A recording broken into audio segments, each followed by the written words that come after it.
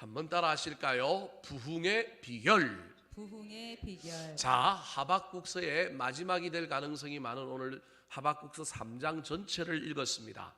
하박국서는 배경이 요시야라고 하는 왕의 말기에서부터 시작해서 그 다음 왕인 여호아하스, 이 왕은 3달밖에 통치를 안 해요. 그 다음에 왕이 누구냐 하면 여호야김이라고 하는 왕입니다. 11년을 통치합니다. 그러니까 요시야가 31년, 그 다음에 여호아하스가 3달, 그 다음에 여호야김이 11년 이렇게 통치하는 이 기간에 선지자 노릇을 했던 사람이 누구냐면 하박국이라고 하는 사람입니다. 이때의 상황이 어떤 상황이었냐면 북이스라엘이 아수르에게 망하고, 아수르는 누구에게 망하느냐 하면 바벨론에게 망합니다. 이 바벨론이 국력을 좀 더 회복하고 난 다음에 오랜 전쟁 가운데 자기들의 힘이 약해진 걸 조금 보충하고 난 다음에 남유다를 공격하려고 합니다. 공격하기 전에 몇 번 찔러보는 공격을 하는 거예요. 국경에서 와서 조금 노략질을 하고 갔다가, 그 다음에는 중부지대까지 몰고 왔다가, 그 다음에는 예루살렘 성만 에브라임 산지하고 그 정도만 남기고 전 국토를 유린했다가, 나중에는 이제 드디어 예루살렘을 함락시키고 말게 되는 겁니다. 함락 직전까지 여러 번 이 남유다 왕국을 침범하여 이 바벨론이 이 남유다 왕국을 괴롭히는 이 상황 속에서 이 하박국이 하나님께 질문을 합니다. 왜 우리가 의인인데, 우리가 예수 믿는 사람인데 왜 우리가 이런 고통을 당해야 합니까? 왜 저 악인인 바벨론을 행통합니까? 도대체 우리가 고통을 당할 때 하나님은 어디 계시고 왜 침묵하고 계십니까? 근데 하나님께서 뭐라고 얘기하셨느냐 하면, 내가 너희들을 징계하려고 저 바벨론이라고 하는 나라를 일으켰다. 징계받는 사람은 근실히 징계받아야 되고, 왜 징계받는지를 살피고 그 징계에서 벗어나려면 돌이키고 회개해야 된다. 사실은 이게 하나님의 응답인 겁니다. 대답인 겁니다. 그런데 하박국이 또 성질이 납니다. 부하가 올라옵니다. 왜냐하면 자꾸 자기를 돌아보고 이렇게 해야 되는데, 이 백성들이 자기를 돌아보고 회개하기는 그냥 자꾸 좀 이유를 바깥에서 찾고 싶은 거예요. 그래서 또 두 번째 물었던 질문이 뭐냐 하면, 왜 하필 저 이방인 바벨론 나라를 일으켜서 우리를 칩니까? 우리가 뭘 잘못해서 징계를 하시려면 하나님이 직접 하시든지, 좀 우리보다 좀 더 고상하고 우리보다 예수를 잘 믿는 사람들을 통하여 우리를 벌하시면 우리가 좀 정신을 차리지 않겠습니까? 물론 이건 우리 인간의 생각입니다. 뭐 어떻게 하든지 간에 정신을 차리놓으면 차리고 안 차릴 사람은 안 차리는데, 핑계 삼아 의인이 우리를 징계하면 내가 그 징계를 받아들이고 정신을 차리겠는데, 왜 저 예수도 안 믿는 저 악한 바벨론 사람들을 세워서 우리를 징계하십니까? 그때 하나님께서 이야기하신 것이, 내가 바벨론을 다 안다. 속에 어떤 시커먼 것이 있는지, 그들이 지금 뭘 하고 있는지, 그리고 그들의 미래가 어떻게 될지 내가 다 안다. 내가 그들을 뭐 할 거냐 하면 멸망시키고 징계할 거다. 그러니 너희는 기다려라. 하나님의 약속의 말씀을 믿고 오직 의인은 믿음으로 말미암아 산다라고 하는 대답을 주셨습니다. 이 대답에 하박국이 하나님의 그 놀라운 은혜와 섭리의 압도를 당한 겁니다. 아, 하나님의 뜻이 여기에 있구나. 하나님 악인의 생사화복을 주관하고 있구나. 하나님이 관심이 우리한테 있구나. 하나님 절대 저 악인은 그대로 내버려 두지 않는구나. 정신을 차리고 우리가 다시금 은혜로 돌아가고 우리가 다시금 하나님을 만나면 되겠구나라고 하는 감동이 물밀듯 밀려온 사람이 누구냐 하면 바로 하박국이에요. 그래서 2장 20절이 어떻게 끝납니까? 2장 20절이 이렇게 끝납니다. 오직 여호와는 어디에 계시니? 성전에 계시니 온 땅이 그 앞에서 잠잠할지어다. 그래서 더 이상 입을 열지 않고 잠잠하게 성전에 올라가서 하나님의 뜻이 이루어지기를, 하나님의 섭리가 이루어지기를, 합력하여 선을 이루어지기를, 어떤 일을 행하시든지 내가 거기에 순종하겠다고 하는 의미로 성전에 가서 하박국이 뭐하고 있느냐 하면 기도하고 있는 거예요. 그 기도의 내용이 오늘 본문에 나오는 내용이에요. 근데 그 기도는 사실은 1절, 2절밖에 아니에요. 사실은 3절부터는 기도에 대한 환상, 하나님의 응답이 나오고, 그 다음에 우리가 잘 알고 있는 17절부터는 이 하박국이 환상을 보고 뭐 하느냐 하면 기뻐 찬양하는 내용으로 기록되어 있는 것이 하박국 3장이에요. 그럼 하박국이 2절에 걸쳐서 사실은 기도한 거예요. 그 기도의 내용의 핵심이 2절에 나옵니다. 자, 하박국의 기도 같이 한번 읽어볼까요? 2절 말씀입니다. 시작. 여호와여, 내가 주께 대한 소문을 듣고 놀랐나이다. 여호와여, 주는 주의 일을 이 수년 내에 부응하게 하옵소서. 이 수년 내에 나타내시옵소서. 진노 중에라도 긍휼을 잊지 마옵소서. 지난주에도 설명했지만 주께 대한 소문은 하나님이 가지고 있는 섭리, 경륜, 즉 유다를 징계하고 바벨론을 멸망시키고자 하는 그 하나님의 원대한 계획에 대하여 소문이라고 표현하고 있는 거예요. 내가 그걸 듣고 놀랐다라는 거예요. 나는 그냥 우리가 애매히 고난당하고 저 악인은 그대로 두는 줄 알았는데 하나님의 위대한 비밀과 그 섭리와 경륜과 계시가 우리를 돌이키게 하고 저 악한 바벨론도 하나님이 물리치는구나라고 하는 그 놀라운 원대한 계획을 깨닫고 나니까 하나님의 그 크심 때문에 놀랐다라는 거예요. 그래서 여호와여, 주는 주의 일을, 즉 남유다를 징계하고 바벨론을 멸망시키는 그 주의 일을 수년 내에 뭐하게 하옵소서?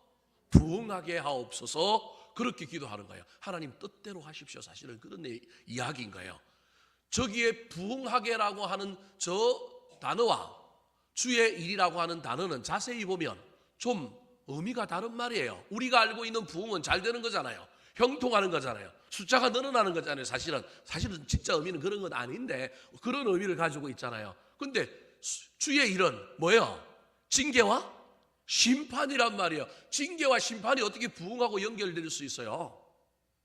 말이 안 되는 이야기인 것 같은데 우리는 그냥 저 부응이라고 하는 단어에만 꽂혀갖고 저 말을 좋아하는데 사실은 저게 문자적으로 보면 잘 어울리지 않는 말이라는 거예요. 주의 일을 이 수년 내에 부응하게 하소서. 하나님의 징계와 하나님의 심판을 이루어 달라라고 하는 이야기로 부응이라고 하는 단어를 쓰고 있는 거예요. 그래서 하박국이 마지막에 뭐라고 얘기하느냐 하면 진노 중에라도, 징계와 심판 중에라도 긍휼을 잊지 마소서. 저 긍휼이 부응인 거예요. 진노 중에라도, 하나님 주의 일을 행하실 때라도 수년 내에 우리를 긍휼히 여기셔서 부응하게 해 주십시오라고 이야기하는 거예요. 그래서 오늘의 설교 제목이 부응의 비결인데 우리가 알고 있는 부응, 숫자가 늘어나고 복을 받고 막 형통하는 것, 이것도 부응이지만 진짜 부응이 뭔지를 좀 알려면 저 부응하게 하소서라고 하는 히브리어 단어를 좀 알아볼 필요가 있어요.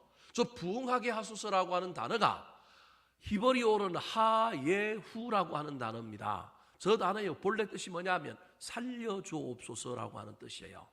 그러니까 심판으로 멸망당하지만 멸망당한 백성들에게 에스겔서에 보면 마른 뼈에 생기를 불어넣어가지고 군대가 되게 하고 살아나게 하는 것, 이게 부응인 거예요. 그럼 부응이 일어나려면 뭔가가 불어넣어져야 되는 거예요. 그냥 부응이 일어나는 건 없어요. 우리는 그냥 아무것도 하지 않고 그냥 부응이 나타나기를 바라는데 성경은 철저하게 우리에게 뭐라고 얘기하느냐 하면 부흥이 일어나려면 뭔가 불어넣어져야 돼. 공동체, 저와 여러분의 삶에 생기가 불어넣어져야 되는 거예요. 그래서 오늘 설교 제목이 부흥의 비결인 거예요. 저와 여러분이 우리의 삶에 어떤 생기를 불러넣으면 하나님이 진노 중에라도 긍휼히 여기셔서 우리를 부흥시켜 주실까? 코로나19라고 하는 이 상황 속에서 저와 여러분이 어떤 생기를 우리의 삶 속에, 우리의 영혼 속에, 우리의 신앙 속에 불어넣으면 하나님께서 이기게 해주시고 승리하게 하고 형통하게 하고 교회도 부흥하게 해주실까? 그게 오늘 설교의 내용이라는 거예요. 자, 그렇다면 부흥의 비결 무엇일까요? 어떤 생기를 불어넣어야 할까요? 첫 번째입니다. 따라하시겠습니다. 베풀어 주신 은혜를 회복해야 합니다. 베풀어 주신 은혜를 회복해야 합니다. 과거에 집착하는 건 좋지 않습니다. 과거를 잃어버리고 미래지향적으로 사는 것이 훨씬 좋을 수도 있습니다. 그러나 옛날에 과거에 받은 은혜는 잊어버리면 안 됩니다.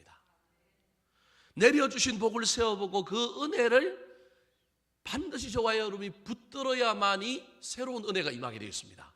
우리는 과거하고 자꾸 상관없이 오늘 현재 하나님께서 나에게 뭘 주기를 자꾸 바라느냐 하면 은혜 주기를 바라요.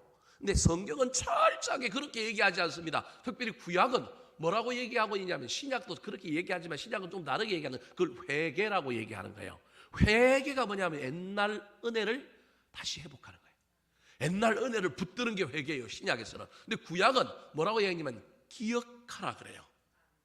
그래서 구약 성경에 계속해서 나오는 단어가 기억하라.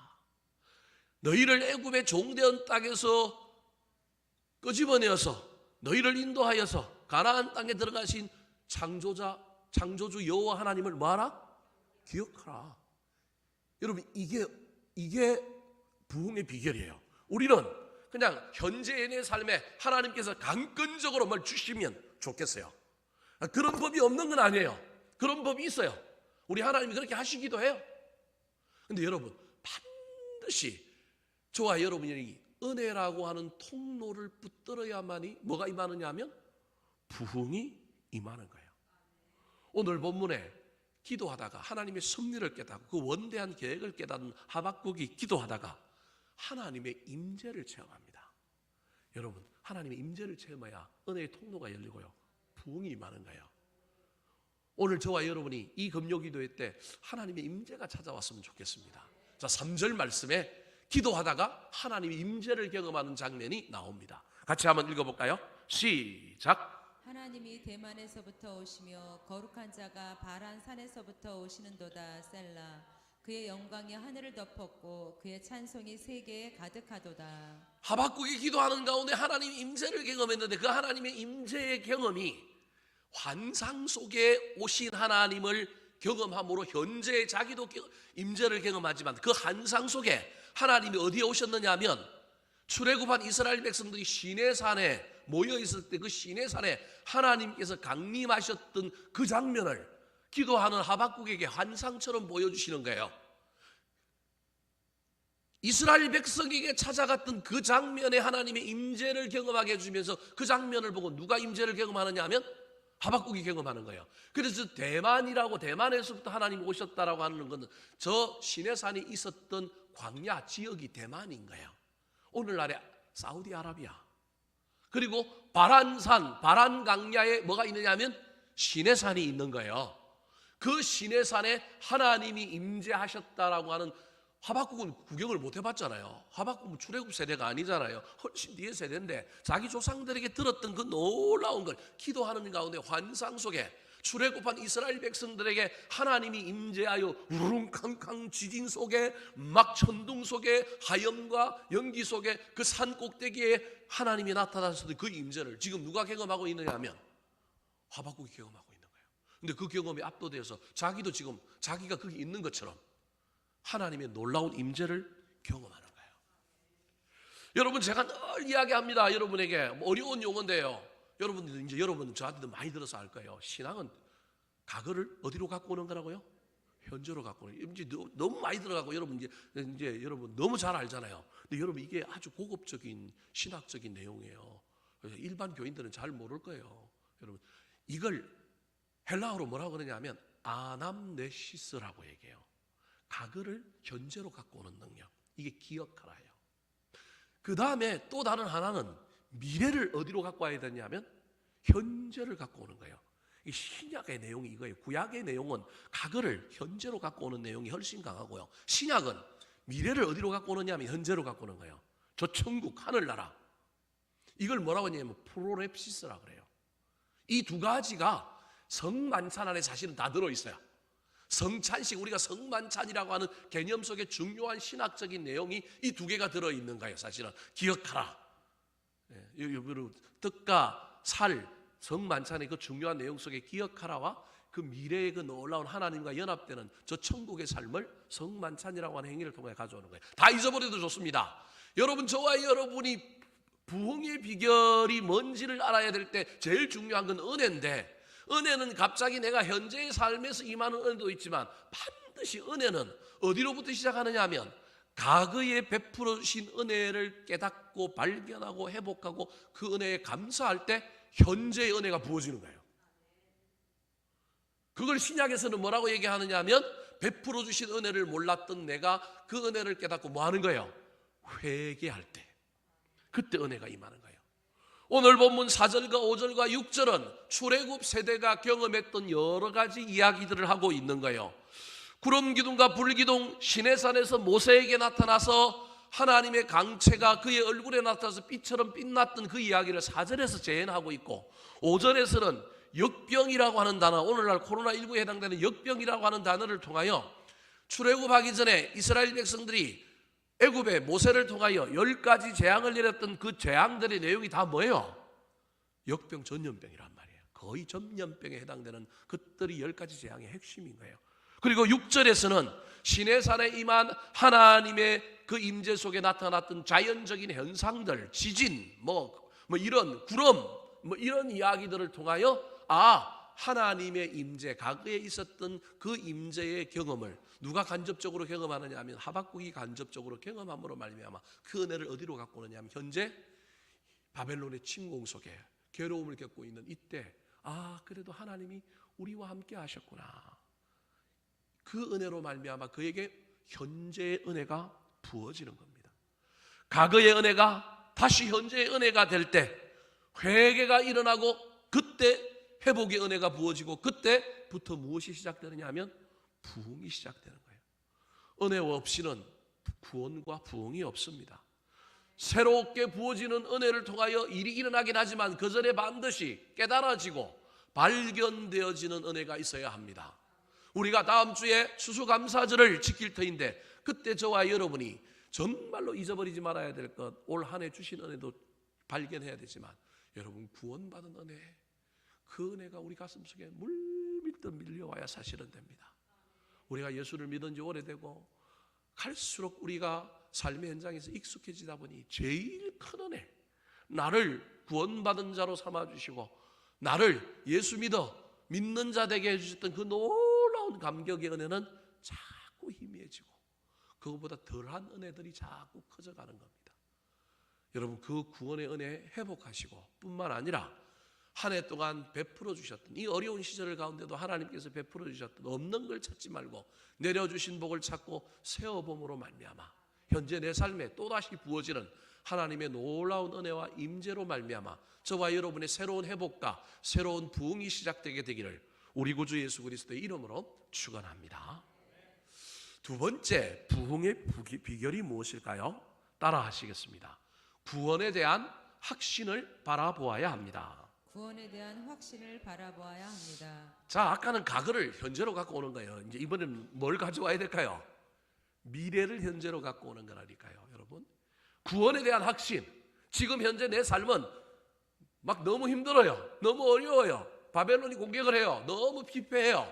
그럼에도 불구하고 하나님이 미래에 저 바벨론을 물리치시고 우리를 구원해 주실 것을 현재의 삶에서 바라보고 믿어지면 되는 거예요.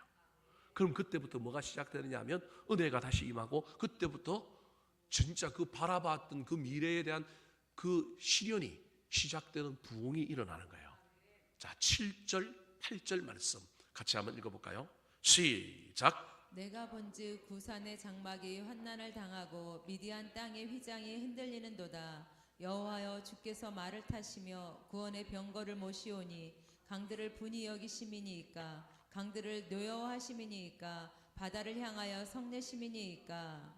내가 본 적이라고 하는 저 단어가 과거에 시내산에서 임했던 하나님을 간접 체험했던 이 하박국이 기도하는 가운데 이제는 어디를 보느냐 하면 미래를 보는 거예요. 지금 이 나라의 상황과 환경, 현재 저와 여러분의 삶을 넘어서 미래에 어떤 일이 이루어질지를 보게 되는 거예요. 그때 대표적인 나라 둘을 이야기하고 있는데 그게 뭐냐 하면 구산과 미디안입니다. 구산은 이집트 밑에 있는 이집트, 애굽을 이야기하는데 오늘날은 그 나라를 뭐라고 얘기하냐면 이디오피아 그렇게 얘기합니다. 이디오피아. 미디안은 오늘날의 사우디아라비아 반도에 있는 그 지역을 미디안이라고 이야기합니다. 지금 바벨론이 막 우리를 지금 이렇게 하고 있는데 지금 하나님이 바벨론뿐만 아니라 더 나아가서 어디까지 멸망시키시는 분이냐면 구산과 아프리카와 사우디아라비아 땅까지도 하나님께서 징계하여 흔들어 버린다라는 거예요. 뿐만 아니라 여호와께서 말을 타시고 어떻게 하시는지 한번 볼까요? 자, 8절에 보니까 여호와여 주께서 말을 타시며 구원의 병거를 모시오니, 그러면서 지금 뭐라고 얘기하냐면 8절에 아수르가 멸망당하는 이야기를 하는 거예요. 강들을 분이 여기심입니까? 강들을 노여워하심입니까? 바다를 향하여 뭐 하심입니까? 성내심입니까? 하나님께서 강과 바다에 해당되는 강은 아수르요, 바다는 바벨론에 해당되는 이야기들을 통하여 하나님이 직접 말을 타시고 구원의 병거를 몰면서 아수르와 바벨론을 멸망시키는 그 먼 미래에 하나님의 구원의 역사를 누구에게 보여주느냐 하면 하박국에게 보여주는 거예요. 더 나아가서 하나님이 직접 전쟁에 참여하여 대적들을 무찔러 주시는 이야기들을 소개하고 있습니다. 자, 9절 11절 말씀 같이 한번 읽어볼까요? 시작. 주께서 활을 꺼내시고 화살을 바로 쏘셨나이다. 셀라. 주께서 강들로 땅을 쪼개셨나이다. 날아가는 주의 화살의 빛과 번쩍이는 주의 창의 광채로 말미암아 해와 달이 그 처소에 멈추었나이다. 자, 강들로 땅을 쪼개셨다는 건 아수르의 멸망을 얘기하는 거고, 해와 달은 아수르와 바벨론을 의미합니다. 하나님께서 직접 활을 쏘시고 직접 창을 던져서 두 나라를 멸망시키신다. 하나님께서 어떤 분이냐면 자기 백성을 구원하시는 분이다. 그러니 현재의 고난을 견디고 이겨라라고 이야기하고 있는 겁니다. 13절에 미래에 대한 하나님의 구원을 좀 더 명확하게 소개하고 있습니다. 같이 한번 읽어볼까요? 시작. 주께서 주의 백성을 구원하시려고 기름 부음 받은 자를 구원하시려고 나오사 악인의 집에 머리를 치시며 그 기초를 바닥까지 드러내셨나이다. 셀라. 주께서 주의 백성을 구원하시려고 기름 부음 받은 자를 구원하시려고 뭐하사? 나오사. 아, 지금은 바벨론이 저렇게 강대하고 우리가 고통을 당하지만 주의 백성은 구원받는구나. 기름 부음 받은 자는 절대 망하지 않는구나. 도리어 하나님께서 저들을 물리쳐 주시고 이겨 주시는구나라고 하는 미래에 대한 구원의 환상을 보고 확신을 가지는 거예요. 여러분, 미래에 우리가 어떤 일들을 어떻게 될 것인지를 알면 현재는 두렵지 않습니다. 제가 늘 이야기하잖아요. 축구 경기를 하고 있는데 5대0으로 지다가 6대5로 이긴 걸 알고 보면 첫 번째 한 골 먹어요. 1대0. 옛날 같으면 죽일 놈 살릴 놈 이랬을 텐데 2대0, 3대0 돼도 떨어요, 안 떨어요? 안 떨어요. 4대0 돼도 까딱 없어요. 그냥 좀 기분만 좀 나빠. 그죠? 옛날 같으면 생방송이면 그거 보고 있는 동안에 막 테레비 끄라 그러고 다른 데 돌리자 그러고 막 저 죽일 놈들 오자마자 뭐 어떻게 해야 되고 다 그랬을 거 아니에요. 근데 5대0이 됐어요. 근데 5대1이 됩니다. 그때부터는 이제 막 희망이 솟고요. 그때부터는 소망이 아직 이긴 것도 아니에요. 이제 5대1인데 점점 응원하고 점점 힘을 내고 점점 기뻐하는 거예요. 5대3, 5대4, 드디어 5대5 되고 6대5 되면 난리가 나는 겁니다. 이긴 경기를 알고 보는 거하고 모르고 보는 거는 천지차이입니다. 이게 구원의 확신입니다. 믿는 자라고 하는 의미 속에 이런 게 있는 거예요. 여러분, 믿는 자는 믿음이라고 하는 건 이길 것을 믿는 거예요. 합력하여 선을 이루어 주실 것을 믿는 거예요. 세상 사람들은 그걸 무대뽀라고 얘기할 수도 있고 저 사람들이 집단 환상에 빠졌다고 이야기할 수도 있지만 여러분, 믿음의 영역에는 그런 것이 있습니다. 그걸 믿는 자의 삶은 고난의 삶을 이깁니다. 그걸 소유하고 있는 사람은 고난의 삶을 고난 가운데서 헤매이는 것이 아니라 고난을 창조적으로 능동적으로 헤쳐나갈 수 있는 것입니다. 사랑하는 성도 여러분, 그때 하나님께서 그들에게 5대1 되고 5대2 되고 5대3 될 때 하나님께서 기쁨을 주시고요, 하나님께서 막 놀라운 힘을 주시고요, 위로를 주셔서요, 점점 그 삶에 놀라운 은혜가 넘쳐나는 거예요. 이때 없던 힘도 생기고요, 더 여유도 생기고요, 더 큰 미래도 바라보게 되는 겁니다. 사랑하는 성도 여러분, 지금 저와 여러분에게 하나님 우리를 사랑하셔서 합력하여 선을 이룰 그 확신이 있습니까? 하나님이 우리를 절대 놓지 않으시고 끝까지 붙든다고 하는 그 구원에 대한 확신, 믿음이 우리 가운데 있습니까?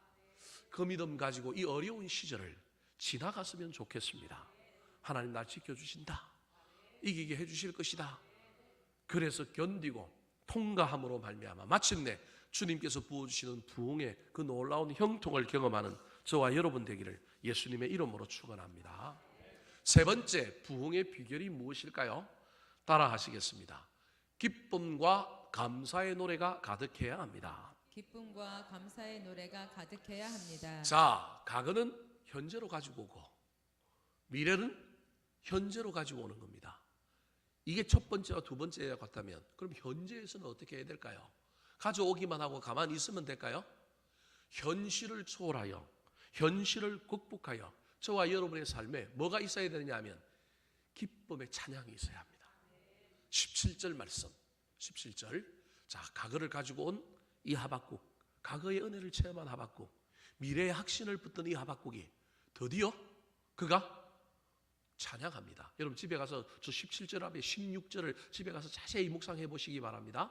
집에 가서 묵상해 보면 기다린다 그럽니다. 예, 이 기다림이 현재 우리 삶의 자세예요. 근데 그냥 기다리는 게 아니고 뭐하고 기다린다고요? 신앙 고백하고 찬양하고 기다리는 거예요. 자 17절 같이 한번 읽어볼까요? 시작.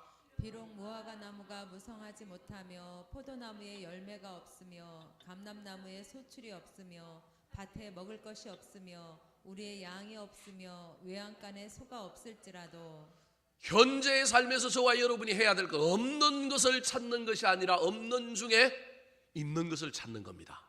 하박국은 여기에 승리한 사람입니다.